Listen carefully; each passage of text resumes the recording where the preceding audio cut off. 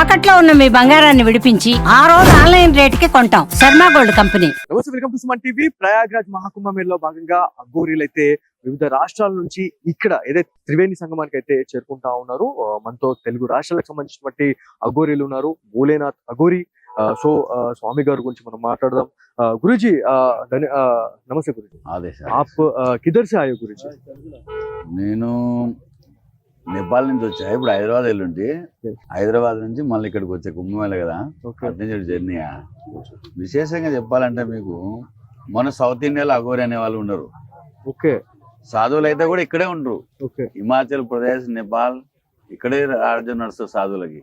దక్షిణ భారత్లో ఏమంటే నల్ల డ్రెస్సులు వేసుకున్నారా, తలకాయ పూర చేతిలో పెట్టుకున్నావా, ప్రజలకి పరిశాన్ చేయడం, అంతేగాని అఘోరి తత్వం కాదు. అఘోరి మీడియాలో రాదు ఫస్ట్. ఓకే. మీ చిన్నప్పుడు మీడియాలు లేవు, టెలివిజన్ లేవు, ఫోన్ లేకుండా. ఎగ్జాక్ట్లీ గురించి అంటే చాలా మంది కూడా అదే చెప్తా ఉన్నారు. అంటే కుంభమేళకు కొన్ని లక్షల మంది అఘోరీలు వస్తూ ఉంటారు. మళ్ళీ తర్వాత అయిపోయిన తర్వాత వాళ్ళు ఎక్కడికి వెళ్తారు అనేది కూడా ఇప్పటి వరకు ఒక మిస్టరీగానే ఉంటది అనేది ఒక న్యూస్ అనేది ఉంది. అందరికి మీరు చెప్తున్నట్టు అంటే తెలుగు రాష్ట్రాల్లో కూడా కొంతమంది అఘోరీలు అఘోరాలు అని చెప్పేసి చాలా వరకు హల్చల్ చేయడం జరుగుతా ఉంది. సో వాళ్ళంతా ఫేక్ అని అంటారా మీరు? అంతా ఫేకే. అక్కడ సౌత్ ఇండియాలో నీకు అఘోరి అన్నప్పుడు ఫస్ట్ ఇటు జనం ఒకటి కనిపిస్తుంది మెల్లో. ఓకే. రాకేష్ నాథ్ ఒకడు ఉంటాడు, హైదరాబాద్ లో ఉంటాడు రాకేష్ నాథ్. వాడు అప్పుడప్పుడు టీవీలో వస్తూ ఉంటాడు. గురుబాయి గారి శిష్యుడు ఆయన. అంతే తప్ప మన సౌత్ లో అఘోరి వాళ్ళు అంత ఎవరు లేరు.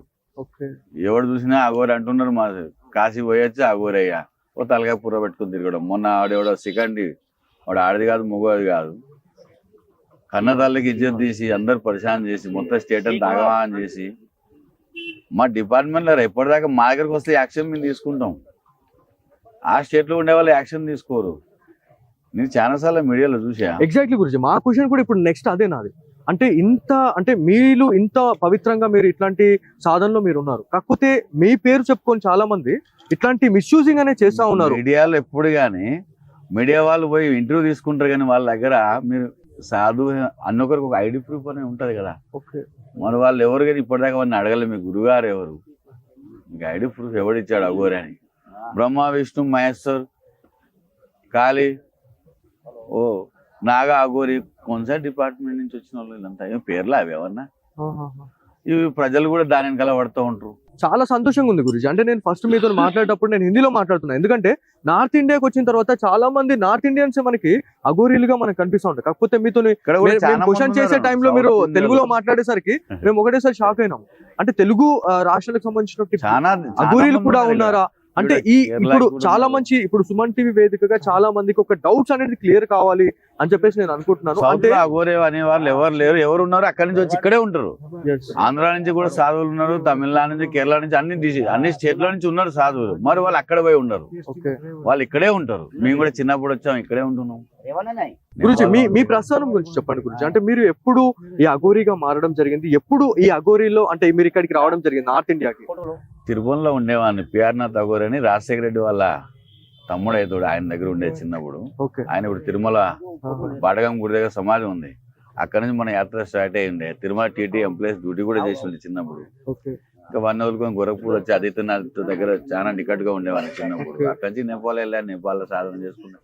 అంటే అఘోరి అనేది ఏకాంతమే. అదే గురుజీ, అంటే ఎందుకు రావాల్సి వచ్చింది? ఏమైనా స్పెసిఫిక్ రీజన్స్ ఏమైనా ఉన్నాయా? అంటే అఘోరి అంటేనే అదొక నిజంగా చెప్పాలంటే చాలా మందితో మేము మాట్లాడాము. అంటే వాళ్ళది అంటే స్వయంగా వేసుకునే ఒక శిక్ష లాంటి దానిలాగా ఉంటది అని చెప్పేసి కూడా టీవీలలో ఎంత కనిపిస్తుంది అన్ని ఫేక్. ఓకే. అఘోరి అనేది శాంతి స్వభావం ఉంటారు, ప్రజలకి మంచి చేయాలనే ఆలోచన ఉంటది, కానీ ఎవరు చెడు చేయాలని ఉండదు. తలకాయ పూరలు ఎత్తుకో రోడ్ల తిరుగుతుంటుండి అంత పబ్లిక్ వేస్ట్ చేయడం అంతా ఫాల్తు. మా దగ్గర కూడా ఉంటాయి, సేఫ్టీగా ఉంటాం మేమంతా. రోడ్ల పట్టుకొని తిప్పుకోవడం కాదు కదా, అదొక సాధనే కదా, ఒక గుడి. సో మీరు లోక కళ్యాణార్థం ఇంత చేస్తా ఉన్నారు, సాధన చేస్తా ఉన్నారు, ఏదో ఇట్లాంటి చేస్తా ఉన్నారు, కాకపోతే ఇట్లాంటి మిస్యూజింగ్ అనేది జరుగుతా ఉంది. ఒకవేళ అట్లాంటి వాళ్ళు మీకు చిక్కినట్లయితే మీరు వాళ్ళ పైన ఎలాంటి యాక్షన్ ఉండబోతాం? ఉడలిప్పేస్తాం, ప్యాంట్ షర్ట్ వేసేస్తాం. మాకు దొరుకుతాయి డైరెక్ట్ ప్యాంట్ షర్ట్ వేసేస్తాం, తీసేసి వాళ్ళు అన్ని ఇప్పేసి గుడలు ఇప్పేసి చక్క వేసేస్తాం. మాకు దొరకట్లేదు, మాకు దొరికితే నేను అందరిలో చూసా. వాడు నాకు దొరికితే ఆడకు గుడ్లు వేసి ఉలవలు పెట్టాను, ఎందుకంటే ఇవన్నీ తప్పు.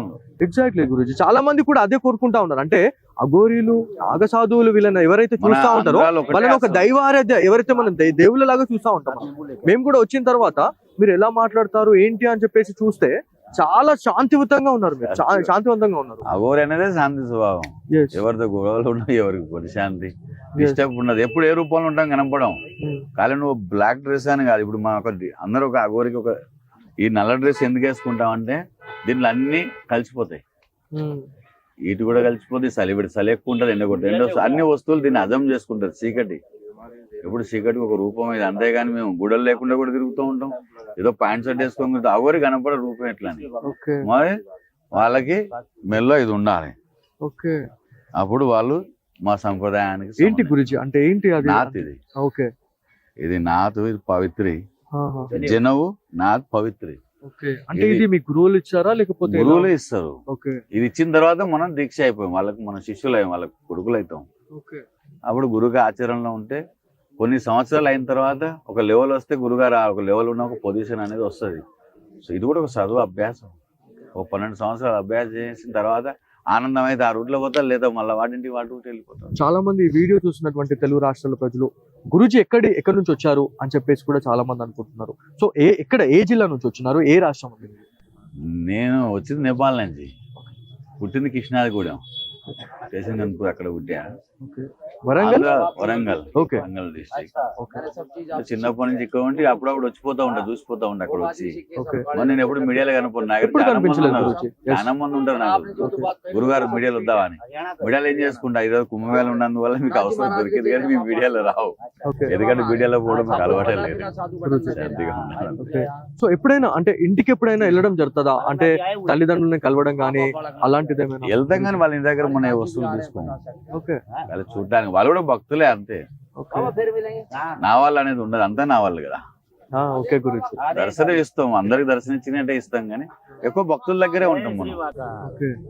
ఇంటికి పోయి వాళ్ళ దగ్గర చాలా మందికి అఘోరి అనగానే దైవారాధ్య దేవతలాగా కనిపిస్తా ఉంటారు, దేవుళ్ళ శివతత్వమే కదా, శివతత్వంగా మనం చూస్తా ఉంటాం. కాకపోతే భూత ప్రేతాలని కూడా ప్రారదోలే శక్తి ఈ అఘోరీలకు ఉంటది అని చెప్పేసి చెప్తా ఉంటారు. మీ వల్ల సాధ్యం అవుతుందా గురూజీ? అన్ని ఉంటాయి, గుర్తులో ఉంటాయి, పబ్లిసిటీలో ఏం కనపడవు. ఇప్పుడు ఎవరి కష్టం వచ్చిందో వాళ్ళ దగ్గర వస్తే వాళ్ళు సింపుల్ గా ఉంటది కానీ పెద్ద దుకాణదారు పెట్టుకునేది అంత ఉండదు. ఈ భూమి పైన అన్ని ఉన్నాయి. ఇప్పుడు మీ తాత ముత్తాత నువ్వు చూసా? లేదు గురూజీ. లేదనేసి మరి ఇప్పుడు ఆయన లేడంటే నమ్ముతాను. ఆయన లేకపోతే మీ నాన్న లేడు, మీ తాత లేడు కదా, ముత్తాత ఉంటేనే కదా మీరు వచ్చింది. కనపడరు, మరి ఉన్నారు. అట్లా దయాలు భూతాలు ఉంటాయి. ఇప్పుడు గాలి వీరుస్తున్నాయి కదా, దీనిలో స్కోపింగ్ పెట్టుకొని చూస్తే కొన్ని వేల ఆత్మలు లోపల వస్తూ ఉంటే పోతూ ఉంటాయి. వైరస్ ఏంటి వైరస్ కనపడవు, ఉన్నాయి, గుప్తుగా ఉంటాయి. కలియుగం కదా, అన్ని ఉన్నాయి, మరి గుప్తుగా ఉంటాయి. ఇవంతా ఈ శివసాన్ల కట్టుకోవడం, మనుషులు కూర తినడం, ఇదంతా అంతా ఫేక్ పనులు. అంటే ఇదంతా కూడా వట్టి మాటలేనంటారా? అంటే శ్మశాన వాటికలకు వెళ్ళి అక్కడ ఏదైతే శ్మశానంలో ఉన్నటువంటి బాడీలో నుంచి పీసెస్ లా తీసుకొని వాళ్ళు తింటారు, మేము తింటాము అని చెప్పేసి కూడా చాలా వరకు కూడా మనకి సోషల్ మీడియాలో మనకి న్యూస్ వస్తుంది. సో ఇదంతా ఫేక్ అంటారా? అట్లంతా ఏముండదు, అంతా ఫేకే. మీరు ఆ ఫేక్ లో పోకుండా దక్షిణ భారత విశేషంగా గుర్తు పెట్టుకోండి. నాగ సంప్రదాయం, అఘోరి సంప్రదాయం ఒకటి ఉంది. మనుషుని చూసి గుర్తుపట్టండి, పాలతు మనుషులతో పెట్టుకుని పరిశాన్ కావద్దు. గురూజీ మీ అఘోరీలలోనే ఇంకా ఏమైనా దీంట్లో అంటే ఇట్లా స్టేజెస్ ఏమైనా ఉంటాయా? అంటే మీరు ఒక స్పెసిఫిక్ గా ఇప్పుడు తాంత్రికంగా అట్లాంటివి సంబంధించిన అట్లాంటివి కూడా మాకు ఎన్నివే ఉంటాయి, గుప్తగానే ఉంటాయి, పబ్లిక్ లో ఏం రావు. మరి సింపుల్ గా ఉంటాం. మాతో ప్రజలు భయపడాల్సిన అవసరం లేదు. విశేషంగా దక్షిణ భారత్లో కొంచెం జాగ్రత్తగా ఉండండి. ఫేక్ ఏదో వచ్చినప్పుడు వాళ్ళని యాక్షన్ తీసుకోండి వదలకుండా. థ్యాంక్ యూ గురూజీ, ధన్యవాదాలు. సో ఇది మొత్తానికి త్రివేణి సంగమంలో తెలుగు రాష్ట్రాలకు సంబంధించినటువంటి చాలా మంది గురూజీలను అయితే మనము సుమన్ టీవీ ఎక్స్క్లూజివ్ గా చూపిస్తా ఉంది. సో మనకి అఘోరి అంటే ఏంటి అనేది చాలా మంచిగా వివరించడం జరిగింది. తెలుగు రాష్ట్రాల్లో కొంతమంది సంచలనాత్మకంగా కొన్ని వీడియోస్ కూడా మనకు వైరల్ అవుతా ఉన్నాయి. వాళ్ళంతా కూడా ఫేక్ అని చెప్తా ఉన్నారు. ఎందుకంటే వీళ్ళని ఇక్కడికి వచ్చిన తర్వాత మనం చూస్తే వీళ్ళలో అంటే అఘోరి అంటే ఒక డిసిప్లిన్ అండి. సో ఒక శాంతి స్వరూపంగా మనం చెప్పుకోవాలి. నిజంగా చెప్పాలంటే శివనామ స్మరణతో వీళ్ళు ఉంటా ఉంటారు. కాకపోతే తెలుగు రాష్ట్రాల్లో కొంతమంది ఇట్లాంటి అఘోరీల పేర్లు చెప్పుకొని వాళ్ళు ఇట్లా మిస్యూజ్ చేయడం అనేది మాత్రం ఖచ్చితంగా తప్పు అని చెప్తా ఉన్నారు. సో ఇది ఇవాళ Suman TV special story. Camera person Sai కృష్ణతో బాలు, సుమన్ టీవీ, ప్రయాగ్రాజ్.